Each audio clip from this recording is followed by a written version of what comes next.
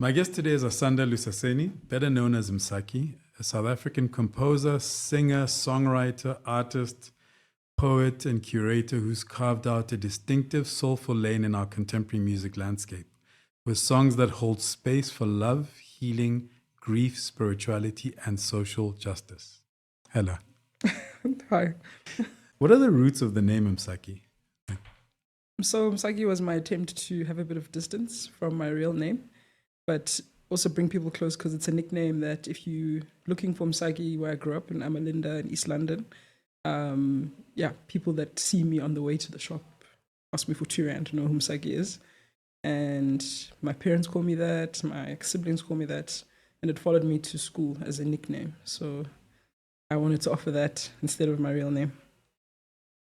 Why is creating distance important?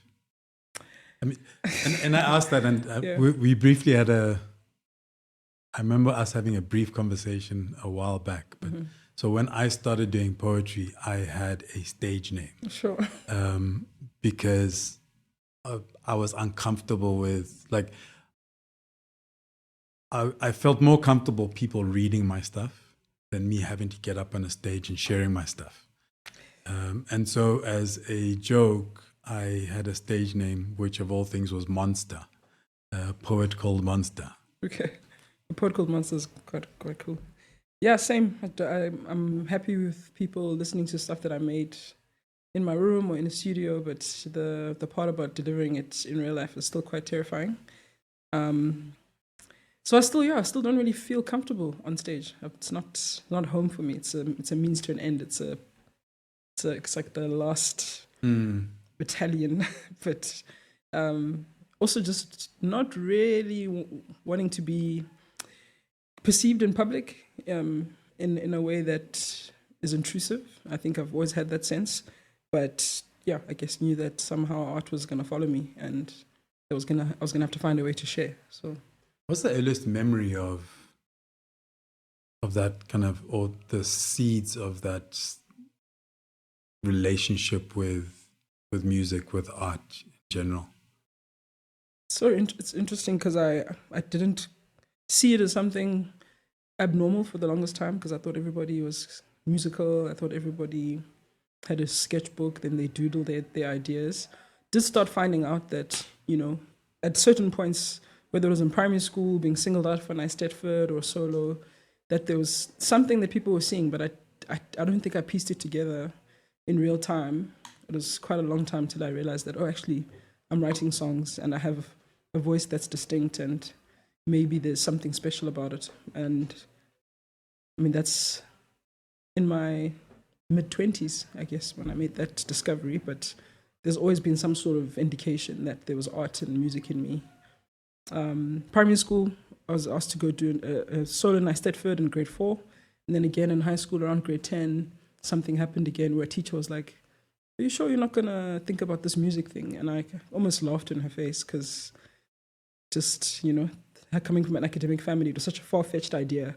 And she was like, "I can try get you a scholarship at UCT and maybe you can study music." And the concept of even studying music to me, I just looked at her like, "Are you mad? Like, I've got a brain." I've got, obviously I'm ashamed of that thinking because, missed my gift quite early, but that was just the socialization and the conditioning, and the people that I looked up to were academics.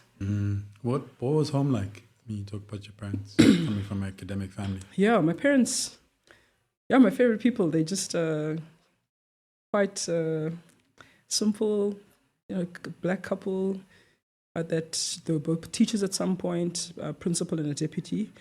And my dad just had a law degree, and my mom went into serving in the government education department as a teacher. Heartbreaking, but just two people that go to church and are part of women's groups. And my dad's in the deacon's court and likes sport on a Saturday, wears a cap on Friday when he wants to look like he's relaxed. So just ordinary people that wanted to send us to university and managed. And I thought that was important to try and learn something that seemed challenging. I didn't, I just had no regard for art, I think, in the sense that I do now. So. But I guess to a certain extent, feels like you needed to go through that Yeah, to be able to appreciate it now. completely. In hindsight, everything makes sense in hindsight, and Yeah. nothing was a waste. But as a teenager, I was more into sport as well, and my family's quite sporty. And it's interesting because that's quite an unorthodox career, right? And both my siblings went into sport as a full-time career at some point, and that seemed more acceptable than thinking about being an artist. And maybe because, I don't know, the examples of the sporting heroes seemed a little bit more credible, and we just had none in our proximity for art in our community. I mean, it's interesting because sport is at times feels as shaky or as volatile as being in the arts. Completely, yeah. It's also me assuming what my parents would say about the things that I wanted to do when I started discovering that I had, these inclinations.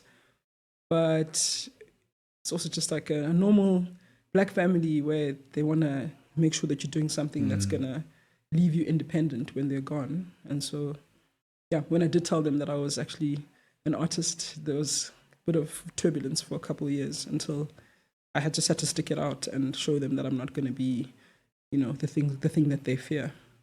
And then for them to also get an understanding of what that actually means. Yeah, I've talked to actors, I've talked to, for sure. And the conversations always around, sometimes parents don't have a concept of what that is. Like there's no reference point. Exactly. In terms of, if my child says they're going to be an artist or they're going to be an actor, they're going to be, the reference points are, people who are struggling can't look after themselves. Yeah, of course. So I think it was more of a demystification exercise. And as soon as they had the information, I had their blessing. So, it was I guess a mistrust in the journey without knowing what it was. The unfolding really did teach me and gave me confidence to be able to show them. But I didn't know all of that before it started. So I didn't even know how to tell them what it is that I wanted to do, because I also needed to discover it along the way. So I think you're also part of the generation that's to a certain extent redefined what it looks like. Because, prior to that, not many people once studied. And just being able to carve out space for yourself in terms of the different things that you do, or the different things that you do with what you've studied and what you're interested in and what you're good at. I find it easier. Like I have an 18-year-old and I have a 14-year-old. I find it easier to have conversations with them if they're thinking about going into any type of creative space, because there's a lot more examples of how you can kind of craft a life out of it. for sure. Yeah, I definitely think there just wasn't enough to point at, and we just needed to figure out the blueprint, what it looks like uniquely for me. And yeah, to their credit, as soon as they saw that I can earn my own money, even before I went into music, I got a job as a graphic designer. And just them seeing that there's a commercial sensitivity, and I did do that intentionally, just to kind of answer the calling to be a creative, but still have something that I knew. If I'm art directing, I'm designing, if I'm doing visual work with some kind of brief, it is exercising a gift of seeing without risking, unemployment. But at the same time, that wasn't enough, and I had to kind of do the deep dive into the unknown world of, music and art making. And by then, they sort of had, I had appeased their worry, because honestly, they only. It wasn't about how things were perceived. It's not about how's it going to look that you're an artist. I think they always wanted me to be happy, but I also struggled to explain to them what I wanted to do. I struggled to articulate it to myself, because I also was watching a staircase unfolding, and I had to take one step at a time. So very difficult to explain. You kind of have to live it and do a bit of a show and tell, Building the plane, there's an expression. It's like building the plane as you're flying. Or yeah. What did you study? Did you have a master's in fine arts? Absolutely not a master's. Not sure where that information is coming from. I did do some kind of postgrad studies at Leeds, but I did an undergrad that I didn't finish at Rhodes University, left in my final year. Music was just happening quite hard and fast, and in that really traditional setting, there wasn't a space for me to explore what the music and the art was doing. I've always seen the visuals and the music together. It's all part of one world for me. So even when I'm, just making a song, there's a world that perceives it. It has a world. It has a color. It has its own imagery, without fail. So when I was studying fine art, that's when I started hearing a lot more music that I couldn't explain where it was coming from, and I thought this was normal. And then I realized, the more time I'm spending in the dark room, and the more time I got a sense of being able to drop in and quiet myself, the more music I heard. And then it was like all I was hearing and needed to express it. Also quite overwhelmed, I think. And within a really traditional, like, are you a painter? Are you a sculptor? Are you a printmaker? Are you... Go to a building and figure something out. It was very difficult to explain that on top of wanting to be in the dark room and painting and drawing, I'm hearing music, and I think it all belongs together. And the answers you get are like, wait until your master's to do that. I'm like, but I'm like, it's urgent. I have to do something with it now. And I think the frustration of having to explain that to like too many white people and only getting A's when you're bleeding on the page or bleeding on the canvas, like, watching white girls get an A because they drew sunflowers, and then I need to be political and heavy and broken to get the same sort of critical acclaim as an art practitioner. Started feeling tired. I was like, I want to write love songs and I want to make installations, and I can leave this place in dirt and I can figure out how the visuals and the music will be shared eventually, but it felt quite stifling. So it was quite urgent that I left and made music. Yeah. What's that creative process like? I mean, where's your entry point? Because, where's your entry point, or is it different depending on what you start with? So, for example, music versus, art piece or an installation. Yeah. Or writing. I mean, you did a poetry book. It's so different it depends really which door I walk into first. I think I'm still discovering my practice, and I'm realizing that to make things easier for myself, I need ready making stations. So even my creative workspace now looks like, I've got a cottage with a full art studio, and I need a light box, and I need the canvas ready. The more organized I am, the more art I make. And so even with the music, if it's like a plug and play, easy to just get in, touch my guitar. I need to have my guitar somewhere I can kick it over. If I don't see it, then I don't interact with it as much. I need things like within my peripheral vision to touch and see them, to feel like I can use them and express now. But obviously, there's traditional ways that people start creative processes, and because I'm a songwriter and a musician, and that kind of got me known faster than any other art forms that I'm interested in, I fell into the traditional ways of starting songs with other people. Like you walk into a session or you do this and that. But now I'm asking myself what my own process looks like. And sometimes it starts in the visual. It starts in my visual studio, and I might meander between the two spaces. And I'm really just seeing what my practice looks like with the freedom to, just observe it and to see what best practice is for me. For the first time, I've been fighting for that time more than ever now, I think, just to see what happens next.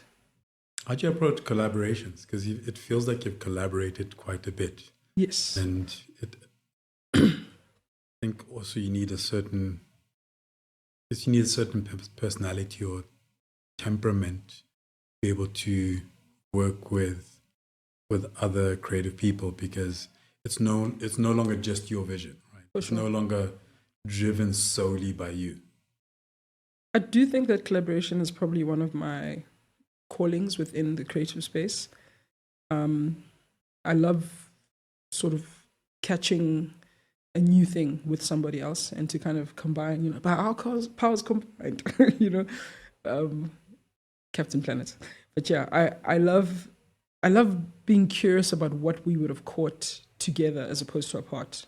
And I think even the people that I'm usually drawn to collaborating with, there's already something that precedes that moment of wanting to intentionally create together, whether it's a friendship, whether it's a curiosity, whether it's a reverence about their process and output. So there's a lot of respect, there's a lot of observing, and I think I'm quite good at complementing other ideas, and I think I'm becoming a self-aware enough creative to know where to invite people into, and that's usually my own weakness. And don't mind looking silly. I don't mind saying I can't, or I don't know what to do with the bass line, or I have an idea for that drum, but I can't do it. You do it, you know. So where my weakness is, then that's where the person's strength meets the idea, and vice versa. So Actually, if you're writing for somebody else, if you're writing a song for somebody else, do you consciously write for other people, or have you got songs, for example, and if somebody's looking for something, then if I'm looking for something, I can come to you and go, do you have something for me?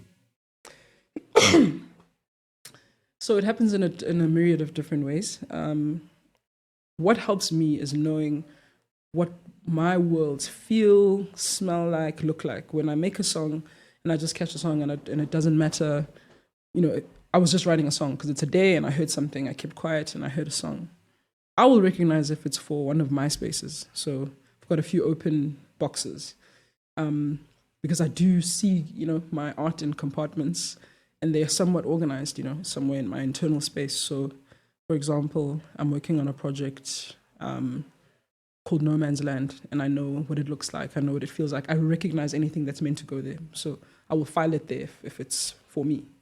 If I just write a song and it sort of doesn't have a box, then it's up for grabs for whoever's looking for something. But another way that's quite special is to intentionally write for people, whether it's a camp, whether it is, you know, a one-on-one session with somebody who has a project, and sometimes it's world building with them and crafting where that song belongs in relation to other songs and piecing together a conversation between other songs. That's probably my favorite thing to do in service of another artist. And that's usually a conversation that takes time, sometimes years, you know. And I've gotten to do that for a few people, but I've also had that done for me by Neo Muyanga as well. The long conversation about my protest and love album called Platinum Heart. It started out with a conversation, sharing books, and he kind of helped me hold the picture of that world, and the songs lived in there. And then I was able to have the ultimate love for Neo. Yeah. So like when you say that, it's like, yeah, I see it. For like, sure. I get it. And then it was safe. It was safe for him to like co-produce stuff with me, to think about what instrumentation, because he gets the entire universe. He knows it from inception. So yeah, I like doing that for other people as well. I'm gonna go back now with that lens. Yeah. I've always been a huge fan of his. Why did you decide to go independent when you started? I mean, you started and kind of started your own label. It feels around the same time, and felt like you're very clear about being not necessarily being beholden to industry as it was. I'm not sure what gave me the guts to just kind of just put all my energy in that direction, but I've had a few conversations that made me think, like, am I being stubborn about this route? And the answer's always been, I've always considered the options. I've always listened to every deal offer. The numbers never made sense, but also creatively, I was always pulled to make my own relationships, make my own way, and also just follow the path of the song. And that kind of helped me craft a structure and a business model to serve the soul of the song, so that I can actually recognize it when it gets to the other side. And I think it made me really interested in the music value chain in a way that's not linear. I don't see it as a straight line anymore. Kind of feels like a circular diagram. And I think for me, one of the things that makes my projects exciting and integrous are being able to collaborate freely. And I think sometimes when you go to a building, you inherit relationships that might not be helpful to your vision. I'm experiencing it now, like watching other projects and working with people that want to work with labels. Not a bad thing. You need to just know what to look for. And sometimes they're just giving you a package. They're like, well, our videos are going to be shot by this guy, all 5 of them. And I'm like, why? Why? and sometimes they don't want to answer those questions because it's easier for them. They got their supply chain, and now you're disturbing a flow, So it's just things like that I think I sort of intuitively learned over time. But more than anything, I do love structure and I do like building. And I think it's something that I have the capacity for, even though I try to do as little of it as possible, train people to do that so that I can have more time being an artist and vision making with other people, but definitely didn't mind putting the building blocks together. That's the thing that's fascinated me about you and kind of looking at the different things that you're doing, because there is a structure to it. And you talk about kind of value chain and supply chain and that sort of stuff. And I find that often with artists across genres, that's the missing link, in terms of how they show up and how they show up in the world. And that's where people then get exploited because they don't understand that there's this foundation building that you need to do, you need to put in place. That is a little boring and it's very structured. Yeah. So I've always been fascinated by kind of watching you creating those structures for yourself while still honoring and fully exploring your creativity. I think it just became a very unemotional and non-artistic practice for me. It was like just doing due diligence. Like if you've started a business and what's available to me as a young person with a small, to medium enterprise. I went to NYDA. I did the free 6-month course. I studied business entrepreneurship from centers around in East London because I was also trying to, not be the artist that my parents feared I would, could be in terms of what they have reference to, alcoholics, very talented, very gifted, exploited, not aware. These are real examples in our family. There's no shortage of gifted people, but the thing that I think, I'm a fast learner. I could take in information quickly, and one thing led to another. So I went to NYDA, then I went to CEDA, and then I went to more things that were more expo. Like, what do you do? Not even thinking about that the product is music or art. It could have been anything. It could have been a T-shirt. But I was like, what does it look like to take something that is sacred to you to market? And so for me, I just kind of had to understand what that looks like, no matter what the product was. And so it's helped to make decisions and to kind of compare offers, to that. Mm-hmm. And then building these, you have Alt Black, Continua, you have Misimu Life. Feels like you have a lot of things going on. How do you navigate those, and how do you manage those, and your time and your energy and your creativity that you put into each one, and what's the premise behind each one? Sure.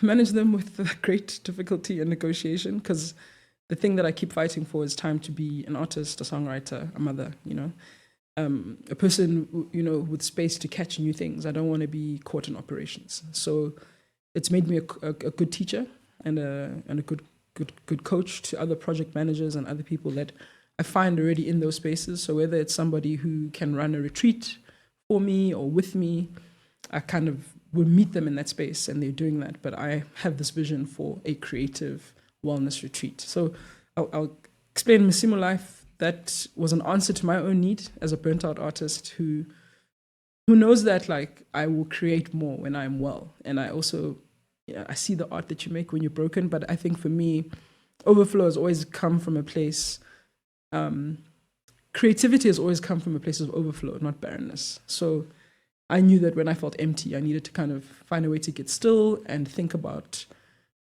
how my wellness meets my creativity. So I crafted, I guess, a space that I needed, but just invited other people that were tired and broken like me. And then all of a sudden, we're 4, spring equinox creativity retreats in. And we've done other smaller breakdown sort of workshops that are thinking about, our inner dialogue as creatives, our health and the way that we process stuff and how it's linked to our own conversation and our own perception of, what's going on inside and how we're actually doing, like, how are you really doing? So I've been interested in those things also just because the industry we're in doesn't really it can be hard. And so I worry about my peers, I worry about other creatives, and I worry about myself, and I have to replenish. So that business is about that. It's about that community. But like I said, I don't want to get stuck in the operations of things. So some of the people that we offered the first few scholarships, in the first retreat are now running the retreat and doing it really well. And I sometimes come in to teach the things that I've learned about creativity and spirituality from different mediums, and just curiosity about it's kind of, I don't even call myself a teacher. I'm there to pool ideas with other creatives about what's making us still want to make. Why do we still believe that this is important? Why do you have hope in the things that are unseen, that you are pulling from the unknown to the known? And why do you want to have that conversation, with the universe? So I love thinking with other creatives about the mystery and the alchemy of making. So that's also a space that fills me, but I don't need to run it for it to fill me. That part of it doesn't really. And then so the other part that you asked about was Alt Black Continua, also an answer to a need, thinking about the path of an independent artist, and that the perception is that when a person is signed, they get a full team assigned to them, they've got all the support, they've got money, they've got infrastructure, they've got, vision makers and people to think with. Alt Black Continua was just the way to offer that to independent artists. And the ethos behind it is just because you are independent doesn't mean you have to be alone. And so it can look like anything. It can look like support to, put together a couple of shows in another city or another country, whether it's sound, infrastructure. It can look like creatively planning for it. It can look like logistically having support for it. It can look like financially having someone to front it, and you've got a way to pay it back or not. It's a socialist music venture that's important to me, just because a lot of the artists that I'm with, if they were in Canada or Australia, wouldn't have these problems. They'd be on tour, all over the world. And I think for me, the kind of talent we have, it's quite a shame that sometimes it's just a structural or a financial problem. It's got nothing to do with people's creativity or how good they are. So those two things are born out of, I guess, a need that I had as well. So, yeah. And you have other things. What? You have Bridges Academy, Flame Studio. That's not me.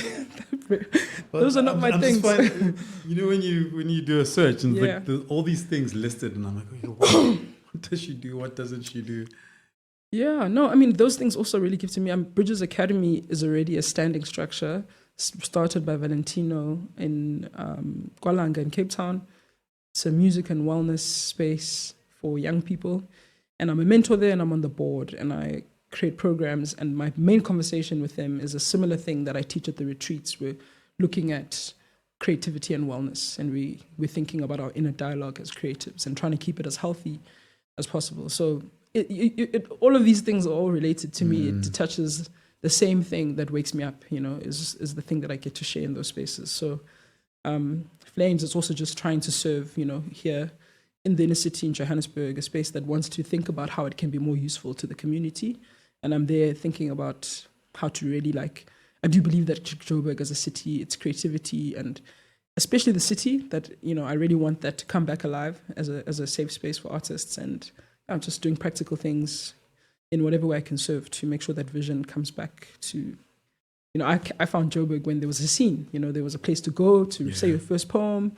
You could put together a show in Melville and drag a speaker, borrow a monitor. And I used to come here on a bus and do 7 shows, one a day. And I'd always have an audience, because Joburg was a creative city where people would go to new things. And there was also places that already existed, like the African Freedom Station and Word and Sound. And I'm sure there are other places that preceded that, but it breaks my heart that is so sparse now. And I want to be part of regenerating that energy for young creatives to hear themselves in a community and grow their art with an audience that's critical.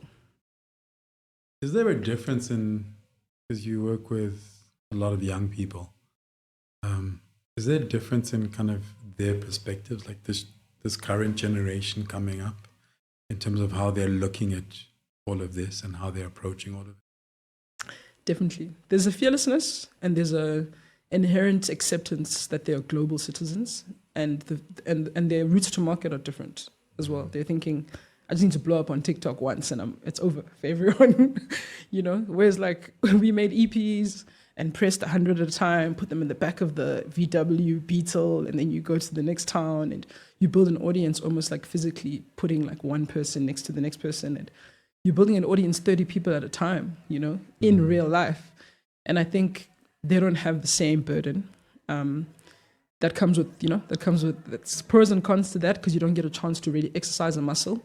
But I think there are kids that are putting in the hours. Like if you're still putting in your 100 hours, whether you're doing it on Fruity Loops, whether you're doing it in your bedroom, there is a muscle that's been grown, and some of them are ready by the time that they get seen to be talented.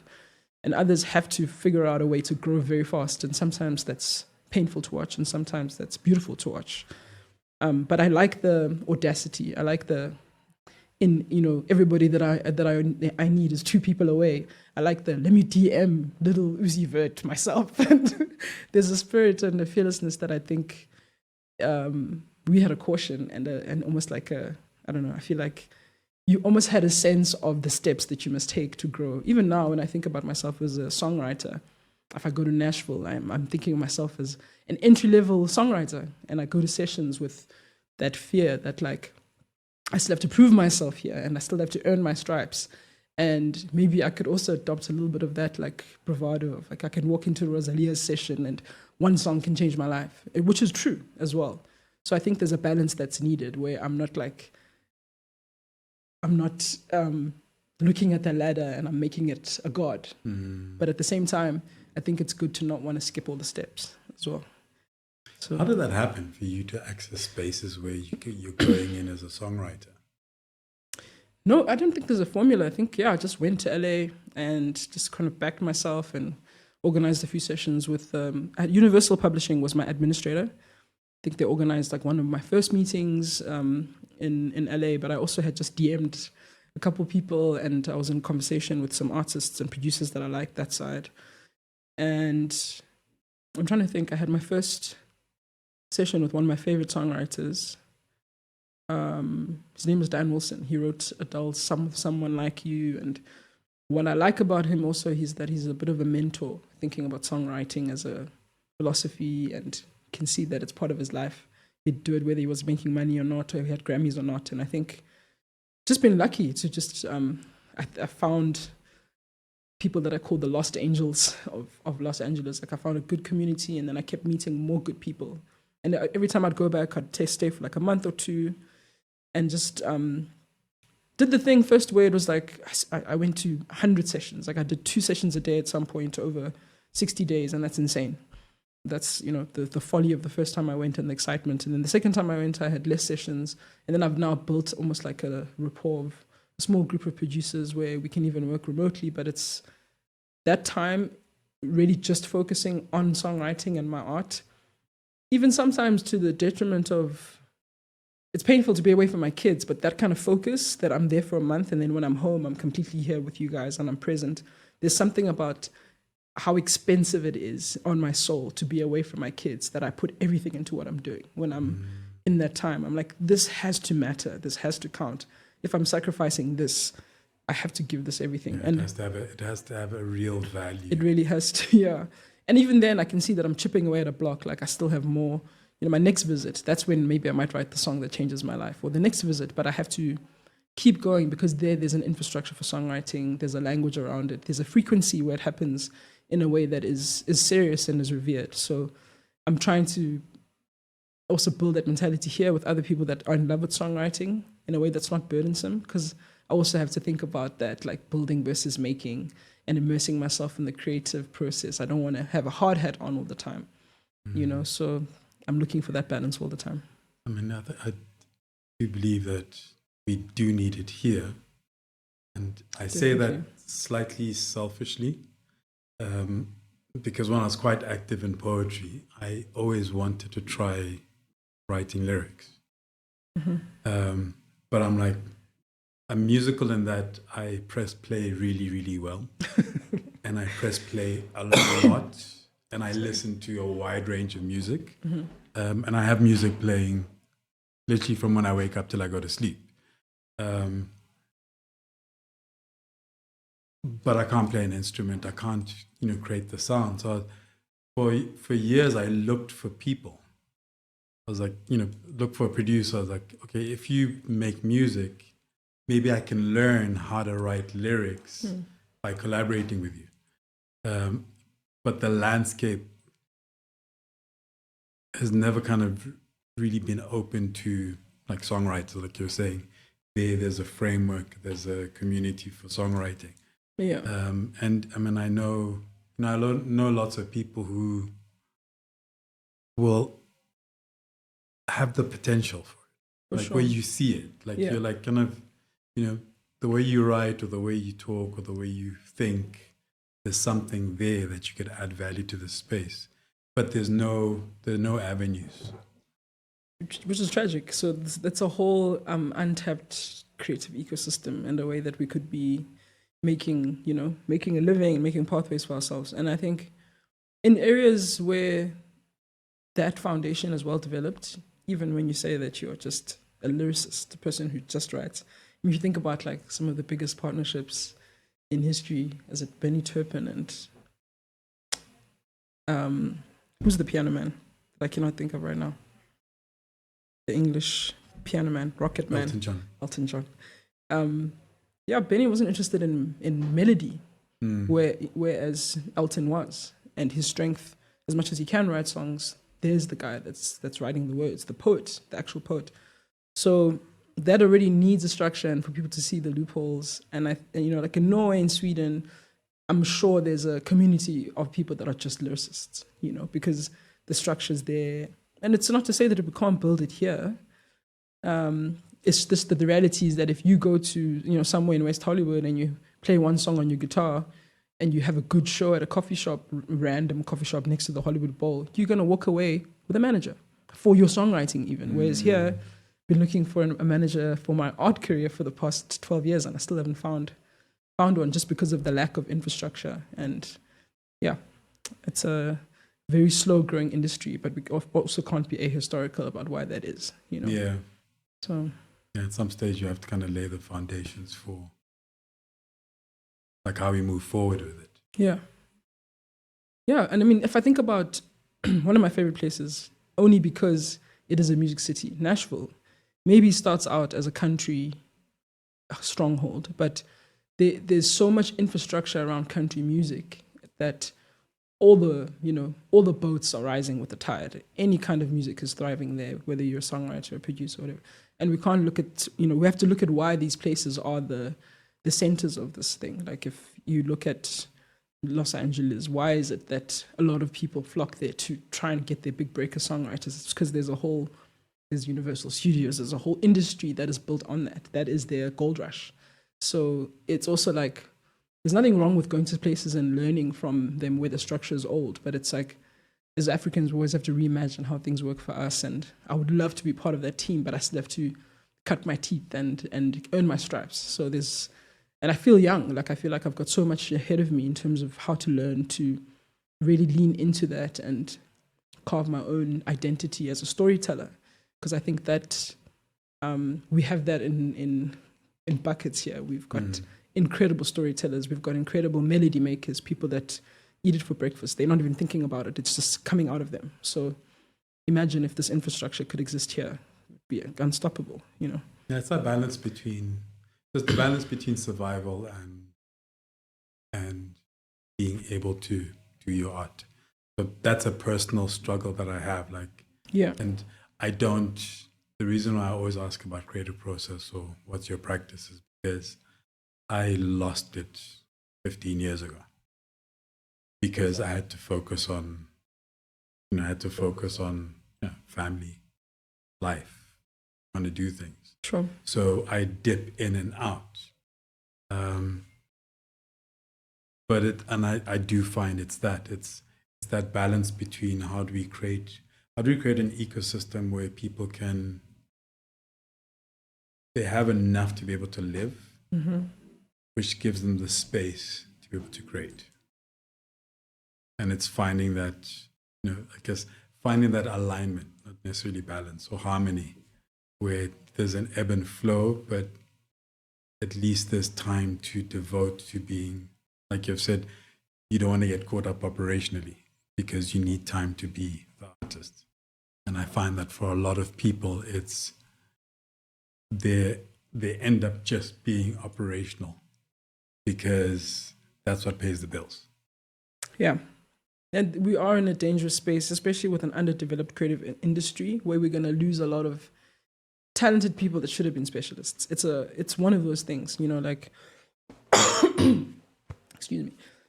It's something, yeah, something that makes me sad, where you have an engineer that should just be specializing on doing the lyric theater. And if there were enough shows that paid him well, and he would be the master of that venue, and the sonics of that space would be incredible. So, you know, people are like, no, the engineers in Australia are great. No, because the guy can have one venue that he masters, and he doesn't have to do 17 other things and be a school teacher and teach a DJ class to make ends meet, because what he's getting, firstly, that Sydney Opera House it's funded by the government. His salary is subsidized. There are enough shows that are happening, you know, every weekend that he can just worry about that, and then he becomes a master of something. And I think, you know, I've always had this fear as a child that I would be, I think a teacher or two or three said it to me as well, like jack of all trades, master of nothing. And it's almost like your ability becomes a curse. Your ability to do many things becomes a curse. And I have that conversation with myself all the time. So even when you're reading my bio and you're mentioning all these things, there's always a voice in the back of my head that's like, that's not necessarily a good thing. It's something that has happened because of the circumstances of how I find myself figuring out my creativity. But at the same time, it's like, I do have passions that express themselves in different ways. And for me, they're all linked. But if I could just write songs and I could just build worlds and I could just make installations for a couple of years, I would do that. You know, I just don't have the luxury of that. I've got to build. Just read the full quote. Yeah. Because the full quote, and I can't remember it, the full quote, the jack of all trades, master of none, does not represent the full quote. We should find out what it says. And I've read it a couple of times, but I can't remember what it is. But so I've had the same thing my whole life. I call myself a professional jack of all trades. Like at some stage, I was just like, I've been told this is bad, but it doesn't feel bad. Yes, sometimes I struggle because there's multiple things I'm trying to do. Yeah. But I also realized some years back that I'm wired that way. That's just how I'm wired. It's not, so I'm trying not to look at it as good or bad. It just is. Yeah. And on a daily basis, I'm managing it. But yeah, the full quote is, it's not as harsh as the jack of all trades, master of none seems. Sure. And we're living in a world where there's a space for generalists and there's a space for specialists. You know, we went from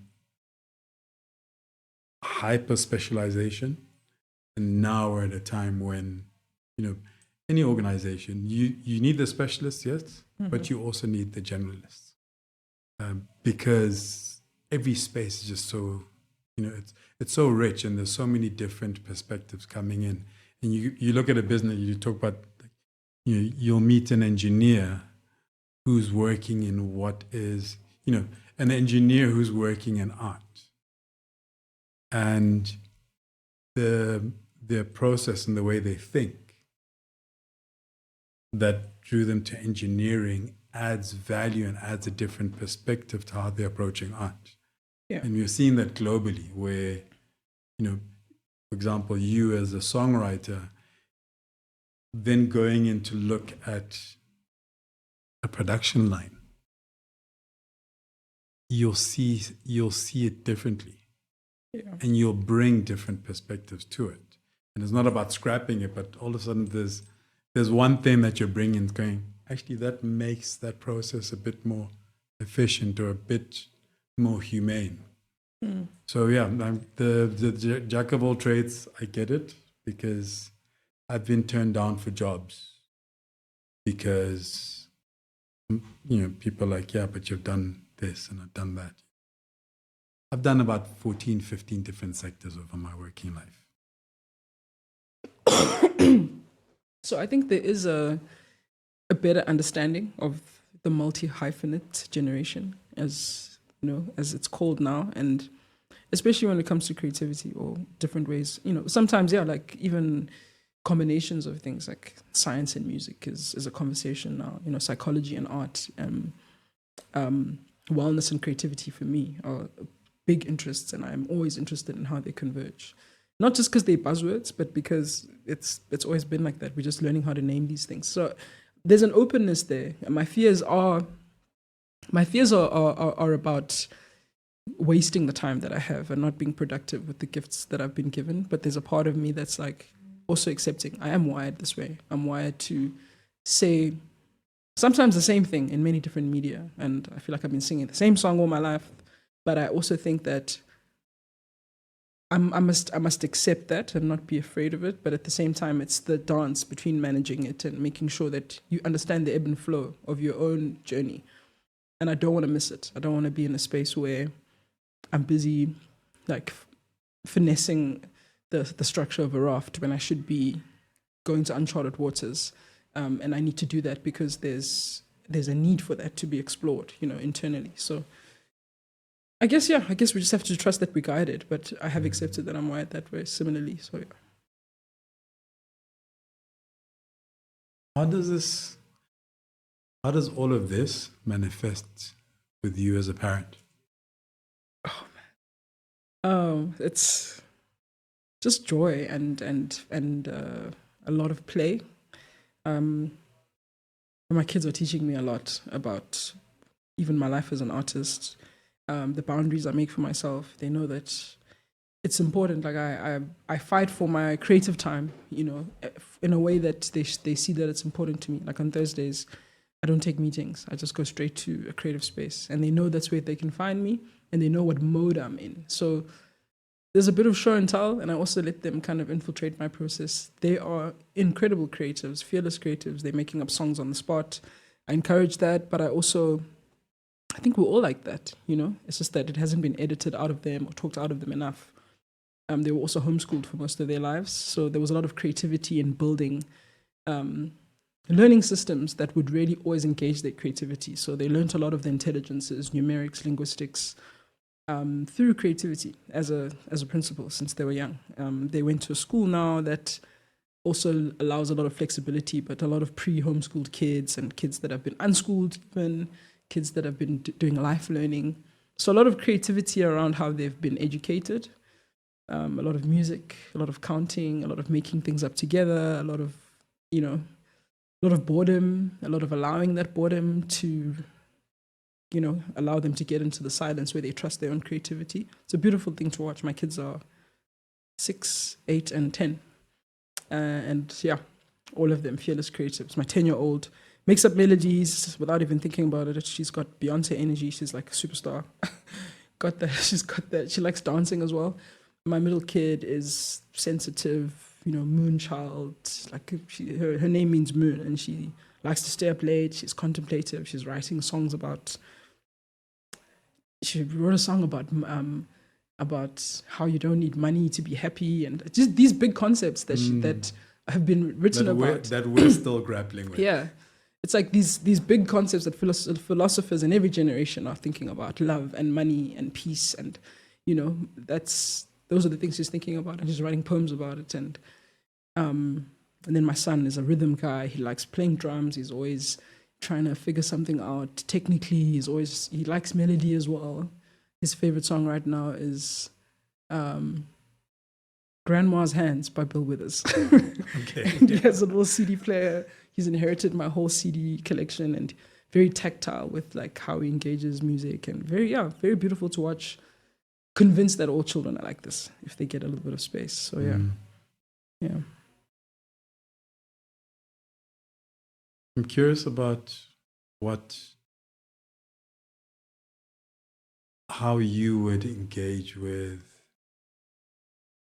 boundaries they start to impose on themselves if it happens. Because like you're saying, they're, kind of very creative, very open.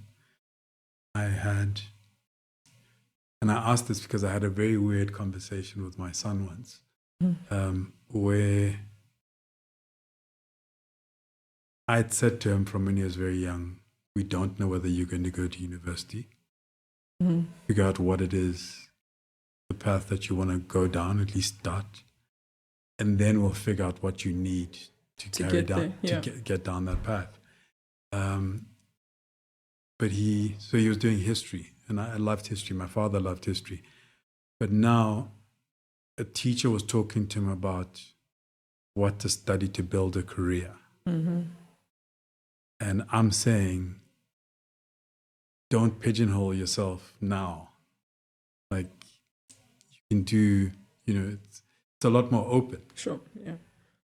And it was weird for me because in the household, there's a conversation where, the child is trying to break free, and the parent is usually like, oh, but there are constraints, here are the boundaries, etc., from a career perspective. And it was reversed, and I had to stop myself because my initial reaction was just, why are you thinking like that? Like, other kids would love to have a parent who's thinking the way I'm thinking. For sure. Yeah, no, I don't know. I'm exactly the same as you. I'm thinking about their interests and how that will lead to passions that need to be supported, or any curiosities. I really believe in interest-led learning, not to say that things aren't going to be necessary to learn, whether you want to learn them or not, but there's something about learning in a way that knowledge is coming to you in a space where you're passionate. It's yours forever. I mean, I think about the stuff that I was interested in school. Like, I still remember them. They've never left me, even to a point where I can remember like how the body works, because I loved the heart and the lungs, and I can see the diagrams, and I can explain how blood is moved around the body, because I was genuinely learning from a place of passion. Anything that I had to regurgitate for quarter marks, I left it on that page in my second year law exam, But I really believe it. I really believe that all the things that I'm using now have been things that I've learned and taught myself. And the kids, I think, are also, they have confidence in gathering their own knowledge for their own purposes. And I think I want to try and keep that conversation for as long as possible, and for them to have very few questions, just really trust how things unfold. I think it's also just because I've seen that happen enough in people that I respect and in lives that I look up to. And I do trust that. I do trust that following your passions and building infrastructure around them and making sure that you are figuring out a path that's uniquely you, the other things will work themselves out. So I'm very much like you, and I think we'll see new careers being built because of people really trying to piece together things that they are truly curious about, that they cannot help but learn and teach themselves and find ways to learn more about, whether it's university, whether it's YouTube tutorials, whether it's, all the things that are keeping my family together. I did not learn them in school, And there's more of us like that. And then maybe I will go to school for another part of what I learn. Maybe I'll go study composition one day. Absolutely nothing wrong with that. But would like to keep their confidence about their interests, leading them to a path that will take care of them, quite high. And the only way I can do that is also to introduce them to passionate people that are living off things that they've trusted, because they're internal and they've built a way for them to express. And there's a lot of them. They know a lot of people that are just making their way, by trusting each step as it unfolds. So I think it's also understanding that you do have to create a structure around it. Yeah, there is that aspect of it, and sometimes you have to put in the work. When I'm acting with the old guy, then I'll do what the older people do, is complain about how kids are not working hard enough. But I'm finding the conversations I'm having is about that balance. Yeah. Like, you still have to put in the work. Like, you can explore what is your passions, but at some stage you have to do the boring stuff. and create that foundation. Yeah. I think the kids will be fine. I really think they'll be fine. And also the careers as we know them these days are all falling away. You know, if you just think about people being shaped for traditional careers and not having access to traditional gainful employments, those things don't exist in the way that they used to. And the amount of young people that are sitting with traditional degrees that can't get work, that's all a function of this archaic way of thinking about education and the workforce and how little creativity is used in that space. You know, so there's more creative energy needed there to think about what is really needed and answer real questions, and that's going to come from the kids as well. Did they have an impact on the decision to a certain extent step away from kind of, let's call it, commercial live performance? Yeah, I did that for a while. And I think my journey with performing for the rest of my life will always have another intention, you know, another story guiding it. But my kids were definitely a big part of that decision. I did get caught up in how there was a demand for my art, and I kind of missed the line, you know, where it was like, what does success look like, and what does it feel like in relation to the balance that I want in my life? And I felt that slipping away for many reasons, and some of them I could help, and others I couldn't. You know, like being a single mom, I couldn't help. Like how much was left on my responsibility, on my shoulders as my responsibility, and the kind of parent that I didn't want to lose the quality of the kind of parent that I wanted to be. You know, the present, engaged, creative, co-creating with my kids, even teaching. You know. And so when I saw that I was getting less and less energy to put towards that, that's when the red sirens went off. And it's interesting because the things that were taking me away were not filling my tank either. It was just the output. And so having to just recalibrate the whole ecosystem and make sure that the boundaries are fortresses now is, it's a lot of no's, but it's time with my kids. I get to take them to soccer this afternoon. And so, were you surprised at the reaction? Because I remember there being this, you know, what does Msaki mean? She's not going to perform. Because there's this idea that, you know, you're a musician, you perform. Like those. You know, I think it's in the way that I expressed it at the time. Some of the foundation was that it was a little bit of naivety around the industry that I'm in and how it expresses itself. I do think that I can't match my internal world that I love poetry and I want to make music and I'm trying to write these songs that I hope will make a difference, or I'm trying to heal myself, and I can't, that sacredness is not held everywhere. And it's really naive to think that that's how it's going to be all the time everywhere. And it was just a bit of a shock to the system. And my expression was, it had a bit of that shock in it. And I think it was like an ouch. It was like a toddler saying, this hurts, take out the thorn. So even the way that I expressed, like, what is this place and what am I doing and how am I doing it and does it make sense? I think I could have just done what I needed to do, but I think I needed to make this barrier where it was like, no more after this, and actually don't play with me in this way. I'm not the one, you know? So I think part of that was also a way to kind of protect myself and to say ouch in a very visceral manner, because I thought there's something off with this place. We're just here trying to write these songs that come from the soul. Why is it that I'm finding myself in a space that I'm being treated in this way? But also it's very naive to think that you're going to be in the public space and not be treated this way. What makes me think that I can't be treated this way if this is also happening to people, you know? So I do think that I needed to take a step back because my heart is going to remain soft and I wanted it to. I didn't want to harden my heart. But I had to thicken my skin a bit. And part of that is also laughing at myself, but it's also like understanding where my gift is taking me to operate. It's not my mother's kitchen, you know? Yeah, because I remember I had a couple of conversations with people where, like, I got it. Yeah. a certain extent. And Sure. kind of like I get it. But a couple of people, even people close to me, were like, who does she think she is? What does she mean?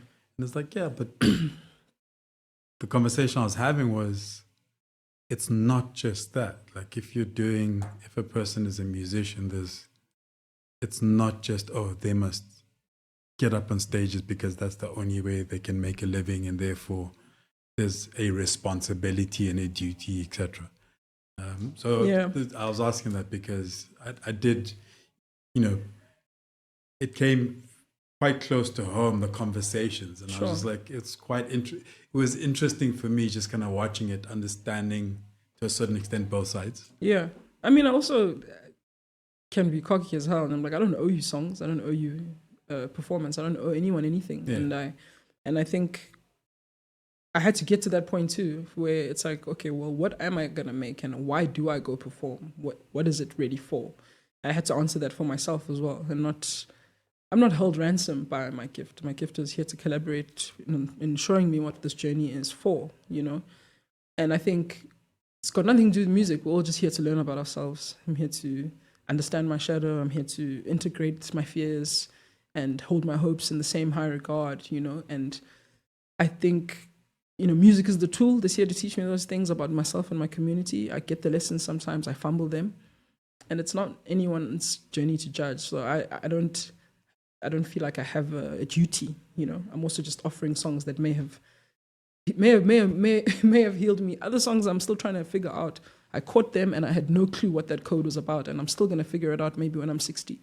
I'm just here to pass the messages and to catch them in real time. And my only duty is to shut up and catch songs whenever I'm feeling well enough to, and when I'm not, to lament, And so however that expressed or however that's shared, that's on no one's timeline but my own. That's my conversation with my own inner world. And I don't really feel like I owe anyone that. But at the same time, what I don't want to betray is my gift and my mission, and the things that I can do, the things that I've been sent to do. I don't want to get to the end of my life and be like, wasted my time not doing those things because of trying to figure this out, because of what people said. I don't have time for that, So, I mean, there was also just like, I didn't have patience for some of those conversations. And I also was just like, are you guys also not seeing how toxic and weird this is? What you guys have done to people that are here to think about,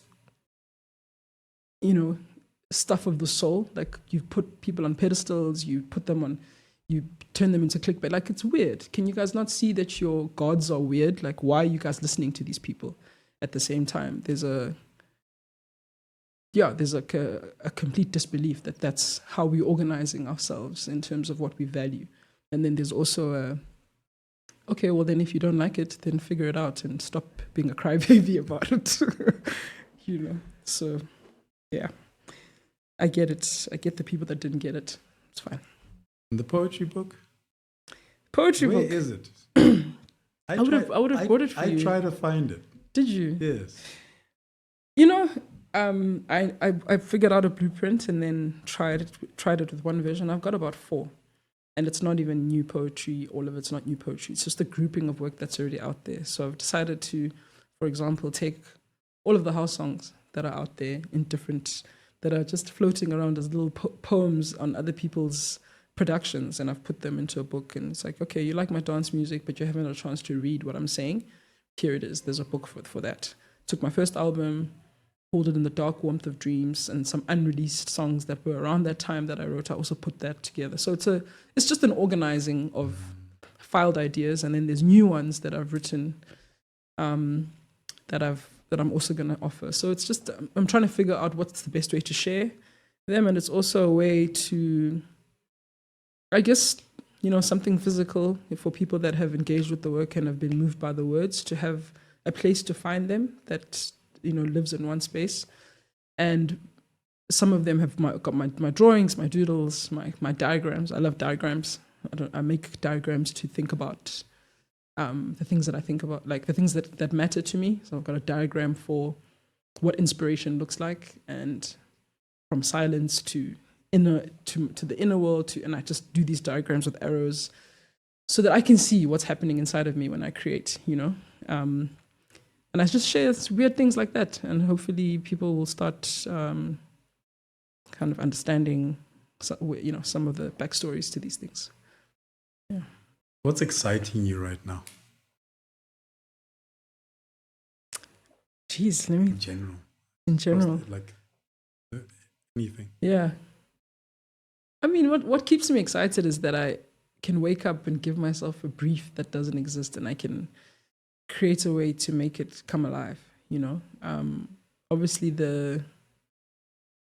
if I think about the specific creative project that's making me excited now, it's maybe my next solo album. I'm looking for something in between my acoustic and electronic interests, and I'm looking at how I'm working backwards. I'm thinking about how I'd like to perform, and I'm writing with that in mind. And it feels like I'm solving a geometric problem. Like I feel like I'm doing a lot of maths, and it's fun, to think about what I want to present and what that means, and break it down and work backwards and make songs with the building blocks, but with the end product in mind, visual and sonic. So that's fun for me because it's also affecting my practice. It's affecting my creative practice. But if the potential end product is this and I can see the universe, how do I work backwards from it? And how am I writing these songs? How am I building this world? So I think, what's exciting me is maybe just getting deeper in my own process about how these things live next to each other. And that's a record label thing, but do you ever think about genre? Because like you talk about the stuff you do with house, but your music is very fluid. It's music, as opposed to, if you've done something with, say, Caps that are small or whatever, then it's easy to box it to a certain extent. But in general, it becomes hard to box it because different songs feel different. But there's also a kind of a texture. There's a common texture to them, but it's more for me, it's more a feeling than it's this type of music or it's that type of music. Yeah, no, not genre. And genres for me, a song can become anything. So an example is I'm playing Cape Town Jazz Festival within a context where Carlo Mombelli has got these beautiful compositions that he sent me, and I wrote stuff to them. In one of those songs, he really loves the song Kusela. He was discovering Amapiano, and he came through, he's like, did you make the song? And I'm like, yeah, I made that song. He goes, what is this? And I told him it's a prayer for the children. And then the song that we were making, that is essentially, if I say Carlo Mombelli, you're going to think experimental jazz, right? But there was space for anything, and I've kind of re-offered a prayer based on Kusela inside this project that Carlo has made about peace and children. And so what was the common denominator there was the intention of the song, and I drew from a sonic space he was interested in. But then it's obviously not an Amapiano song anymore, and I've performed Kusela with an orchestra. I performed it on guitar alone. I performed it as something that I just built vocal layers. So I do that all the time. Like I'll take Fetch Your Life, which obviously went into the market as a dance track with Prince KB, but I performed it with the band. It sounds like Lionel Richie's song about being on the rooftop. What's that song? Dancing on the Ceiling. All night long. And Dancing on the Ceiling. Yeah, those. So when I play Fetch Your Life live with my band, it sounds like a song that Lionel Richie wrote. When I play it alone on acoustic guitar, it sounds like something Jonah Matrading could have written. When I sing it with a choir, it sounds, so for me, it doesn't, what does the moment need? How does the song serve the moment? And how does it need to be dressed for it to enter the conversation so that we can all meet where the song is, So I also haven't really studied music, so I don't have the burden of figuring out genres and timings. And my band loves figuring out, like, I'll write a song and I'll do these, I would have just written the song and it has changes, and they counting the song and telling me what I've done. And I'm just like, I should probably go study composition so that I can figure out what I've done too and speak to you. And we've got a shorthand, we've got a musical shorthand. We've discovered how to speak against, these terms in a way that, makes sense for us. But those things, my brain works in another way, and I like not knowing so much sometimes, about genres, about time signatures, about all of that stuff. Just songs. That's actually a beautiful place to be. Like it's being able to kind of just explore and let the thing be what it's meant to be in that moment, as opposed to worrying about, okay, where does it fit in? Does it sound? I mean, I have friends who are musicians and performers, and you'll find if a song gets really, really popular, then they always have to do the song, and it has to sound the way it sounded on the record. And I can imagine just having the space in the room for it to literally birth itself in different ways according to the space. Sounds like a beautiful place to be. I mean, it's fun. It makes me excited about each show and each set and how to build it, and which is also why I'm excited about this, like, thinking about my catalog in a way that, because I've been going to dance music spaces, and I'll get booked in a lineup where it's like clearly Afro tech, or like I'll play kunya and feel that I need to present a set in a certain way. And I've been thinking about it. I was like, I can go there and play as a trio, but it can be a live upbeat thing, and I can break the songs down and up.